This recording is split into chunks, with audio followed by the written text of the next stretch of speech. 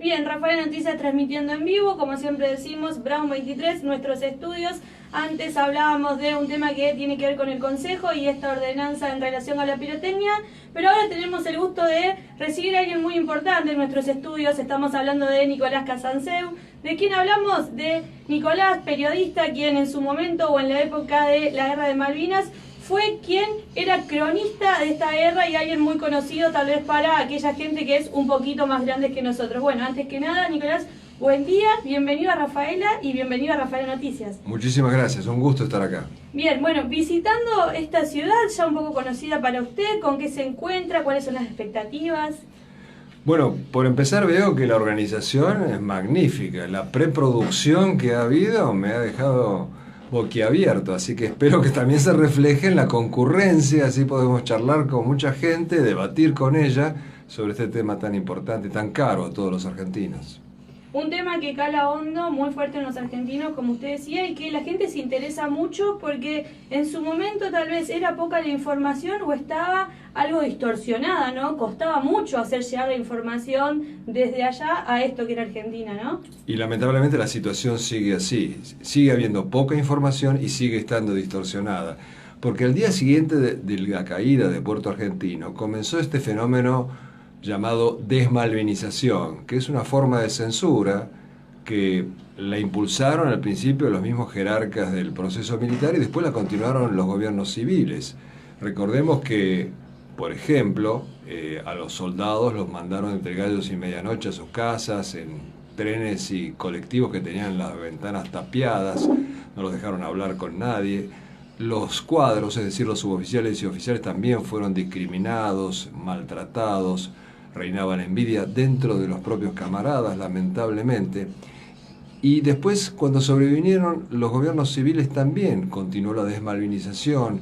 Recordemos que el presidente Alfonsín prohibió conmemorar el 2 de abril. Los restos del capitán Yaquino, que estaban enterrados con honores en Puerto Belgrano, fueron tirados en un cementerio de Mar del Plata sin mayor consideración. Hubo mucha desinformación. La sociedad, a partir de esa desinformación, le dio la espalda a la gesta de Malvinas y con ella a sus combatientes. El resultado de eso fue la cantidad de suicidios que hubo de combatientes después de la guerra, que algunos estiman que fue superior a la de caídos en combate. Porque cuando uno va a la guerra, esto está demostrado científicamente, siempre es afectado por lo que se llama el síndrome de estrés postraumático, en mayor o menor grado. Entonces, ¿qué hace falta? Apenas vuelto de la guerra, darle contención. A nuestros soldados no le dieron contención, ni psicológica, ni psiquiátrica, ni médica, no les daban trabajo. Iban orgullosos con su certificado de veterano de guerra y no les daban trabajo hasta que se dieron cuenta que tenían que ocultar que habían estado en la guerra. Pero esto siguió a tal punto que le negaban trabajo.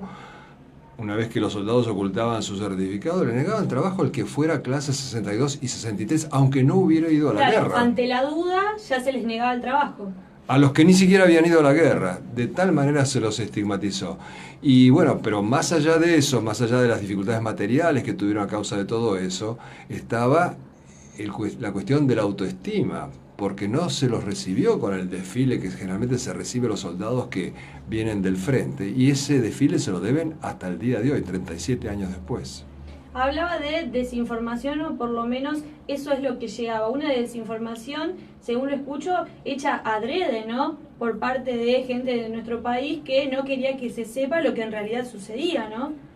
Sí, por supuesto. Bueno, hay una vieja frase que dice: en toda guerra la primera baja es la verdad, porque los gobiernos usan la información y la desinformación como un arma más. Pero en la Argentina se dio un caso curioso. Además de la censura militar, que fue muy torpe, existió una autocensura civil de los medios privados. Hay dos estudios, uno de Rodolfo Terraño, el famoso exministro radical, y otro de un investigador más joven, Alejandro Amendolara, que demuestran que los medios privados mintieron muchísimo más que el Estado Mayor Conjunto. De hecho, lo que decía el Estado Mayor Conjunto se asemejaba mucho más a la realidad que lo que publicaban los medios privados. Recordemos que la revista Gente se destacó por su triunfalismo absurdo de publicar tapas que decían: estamos ganando, seguimos ganando, hundimos la flota y cosas por el estilo. También al día siguiente de la caída de Puerto Argentino, así de triunfalista, Gente al día siguiente se convirtió en derrotista. Y lamentablemente esa desinformación sigue hasta el día de hoy. La gente tiene inculcadas ideas, fuerzas falaces que muchas veces tienen su origen en la propaganda británica.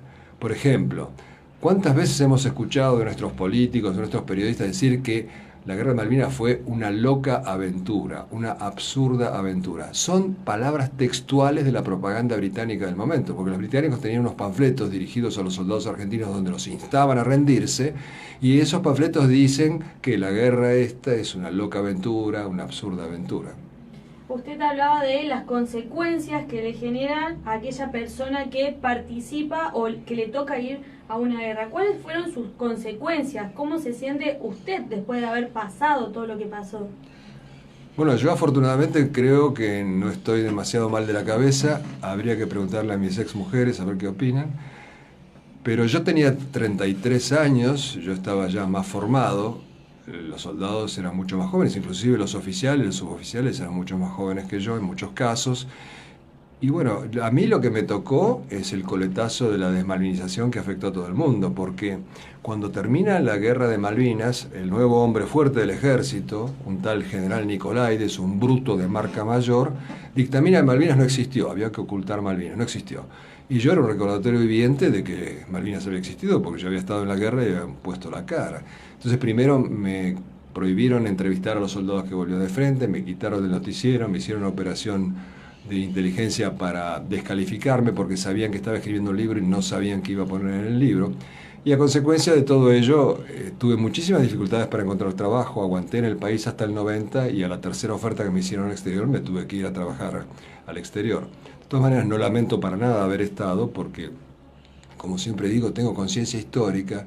Malvinas fue una guerra noble por una causa justa y Malvinas va a ser recordada con el paso del tiempo como algo equivalente al cruce de los Andes. Y los nombres de nuestros presidentes van a ser olvidados en 100 años, pero los nombres de nuestros héroes de la guerra no, porque van a seguir estando en los libros de historia. Qué difícil pensaba hacer periodismo en ese momento, ¿no? Si hoy pensamos, quienes hacemos periodismo en la actualidad, tenemos un camino mucho más fácil, podríamos decir, que en ese momento, o que eso que le tocó transitar a usted, ¿no? ¿De qué arma se valió o cómo fue ese camino para tratar de que la gente sí conociera lo que verdaderamente estaba sucediendo y tratar de evitar esa desinformación o esa tergiversación de la información? Bueno, era prácticamente imposible porque yo estaba en una isla, no podía contrabandear el material, además, ¿quién me lo iba a publicar? Pero además yo creía que yo estaba allí con una función que estaba de alguna manera aprobada, si no, ¿para qué me tenían a mí? Yo jamás sospeché, y me entero recién al volver al continente, que entre el 90 y 95% de mi material fue destruido, no solo no fue mostrado. Y era una lucha cotidiana porque en una guerra, cualquier guerra, el periodista trata de conseguir información y tiene enfrente gente que trata de impedir que la consiga. A mí me habían adosado un capitán que era mi censor y había miles de trabas para trabajar. Además se suman dificultades que ni siquiera tienen que ver con la censura, es una situación muy extrema, es muy difícil comprobar la información, hay mucho teléfono roto, uno escucha una cosa y la repite otro y ya llega tergiversada, me pasó en muchos casos. Así que lo único que puede hacer uno es ser honesto, nunca objetivo, y menos en una guerra propia. Esto de la objetividad es un invento de los norteamericanos que dicen que toda noticia tiene que ser comprobada por dos fuentes independientes. ¿Y quién elige esas dos fuentes independientes? El mismo periodista. Entonces, además todo lo pintamos con el color del cristal con que miramos. No podemos ser objetivos, pero sí podemos y debemos ser honestos. Y si nos equivocamos es porque tuvimos un error de apreciación nosotros y no porque a nuestra ideología le conviene pintar de otra manera la realidad o porque nuestros jefes nos dijeron que hay que hacerlo de otra manera. ¿Cómo llega Nicolás Casanseu con más de 30 años y ya reconocido en el país a ser uno de los que cubre la guerra de Malvinas? ¿Cómo se llega a ese camino? ¿Cómo fue? ¿Cómo lo recuerda? Fue realmente algo milagroso. Creo que cuando uno en la vida desea algo intensamente tiene que tener mucho cuidado porque realmente se le cumple, ¿no? Ya sea desear a una mujer, desear un trabajo, desear una guerra. Yo deseaba estar en una guerra de alta intensidad, había estado en guerras de baja intensidad y además desde chico había soñado con que iba a ser el almirante de la flota que iba a recuperar Malvinas, la última gran aventura romántica que podía tener un argentino. Por suerte no llegué a almirante, Pero sí, de 1000 periodistas que podría haber en ese momento, de alguna manera el destino me llevó, quizás por ese deseo intenso, a ser prácticamente el único que cubrió toda la guerra en Malvinas. ¿Hay alguna oportunidad o ha hecho el intento tal vez de recuperar algo de ese material tan importante y tan valioso que en su momento no salía o gran parte fue destruido? Es que no hay manera, porque mi material fílmico me han dicho que ha sido destruido y después de 37 años no ha aflorado. O sea que ya creo que no va a aflorar. Y yo además tenía mi cámara personal, no soy fotógrafo profesional, y sacaba fotos de la guerra para mí. Las envié al Continente la primera vez por derecha diciendo, bueno, las fotos que comprometan la seguridad de nuestros soldados, obviamente inteligencia las puede separar, las demás son para mi familia. Bueno, no se las dieron a mi familia, amenazaron a mi familia y desaparecieron esos 7 rollos de fotos con escenas de Darwin, de Puerto Argentino, el 1 de mayo, y cada vez que me acuerdo sangro por la herida y tampoco ni siquiera las vendieron, porque si las hubieran vendido hubieran aflorado, las deben haber destruido. ¿Cómo sigue la vida de alguien que le toca ser corresponsal de guerra, que le toca pasar todo eso y hoy sigue trabajando para que las Malvinas sean recordadas y para que se sepa la verdad de lo que pasó? ¿Cómo sigue ese camino? Bueno, primero y principal, cuando yo me entero de que el 90% más de mi material fue destruido, me considero en el deber de por lo menos escribir un libro donde plasmar aquello que no pude mostrar en imágenes. Y al ver toda esta enorme desinformación que se sigue sucediendo hasta el día de hoy, yo sentí siempre mi deber de contar la verdad completa. O sea, desde que volví, ya en el 84 hice un documental para Cablevisión sobre Malvinas y fui haciendo lo que pude al respecto para tratar de clarificar lo que pasó. Y ahora, después de haber trabajado en el exterior y haber vuelto a la Argentina, como estoy trabajando desde mi casa, estoy escribiendo libros, tengo la oportunidad de viajar, me invitan muchos centros de veteranos o núcleos universitarios o municipalidades y considero mi deber seguir contando la verdad de Malvinas porque yo estuve allí, nadie me lo contó. Y hoy visitando nuestra ciudad y contando esto que pasó en una charla que se va a llevar a cabo durante la tarde de este sábado. Sí, en el Aeroclub a las 18 los invito, no solo para escucharme, sino también para contradecirme. Siempre digo que todo hay que someterlo a la duda, necesitamos dejar de ser la sociedad a la que le moldean la cabeza con ideas fuerzas falaces, criticar todo, tener un pensamiento crítico antes de tener una convicción sobre algo. Así que invito al debate para seguir ahondando en la verdad completa de Malvinas. En estas fechas, uno de los debates, uno de los temas que más se habla es esto, ¿no? Es la guerra de Malvinas, lo que pasó, lo que no pasó. ¿Qué es lo que le dice la gente cuando se la cruza, cuando lo recuerda, cuando recuerda esta fecha? Bueno, afortunadamente la gente que me reconoce, que ya no son tantos por los años pasados, es muy afectuosa conmigo y me agradece lo hecho y lo que sigo haciendo. Así que es un incentivo más para seguir haciéndolo.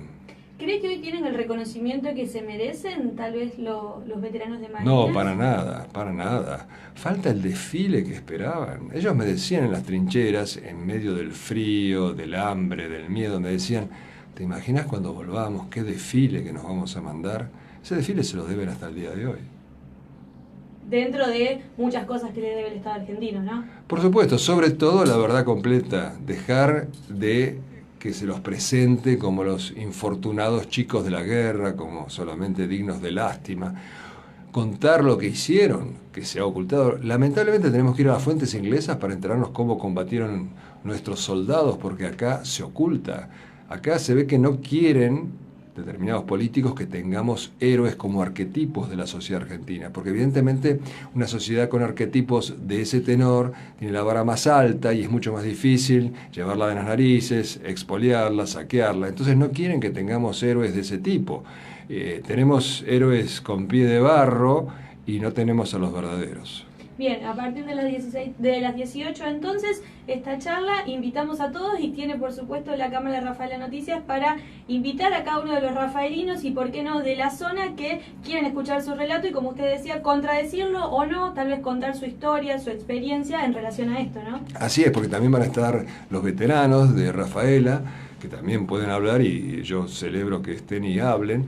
Y los invito a las 18 en el Aeroclub a escuchar lo que yo considero que es la verdad completa, con lo bueno, lo malo y lo feo, pero sobre todo con la reivindicación de nuestros héroes que fueron ocultados. Muchísimas gracias, Nicolás. Un gusto realmente que haya pasado por los estudios de Rafaela Noticias. Gracias a usted.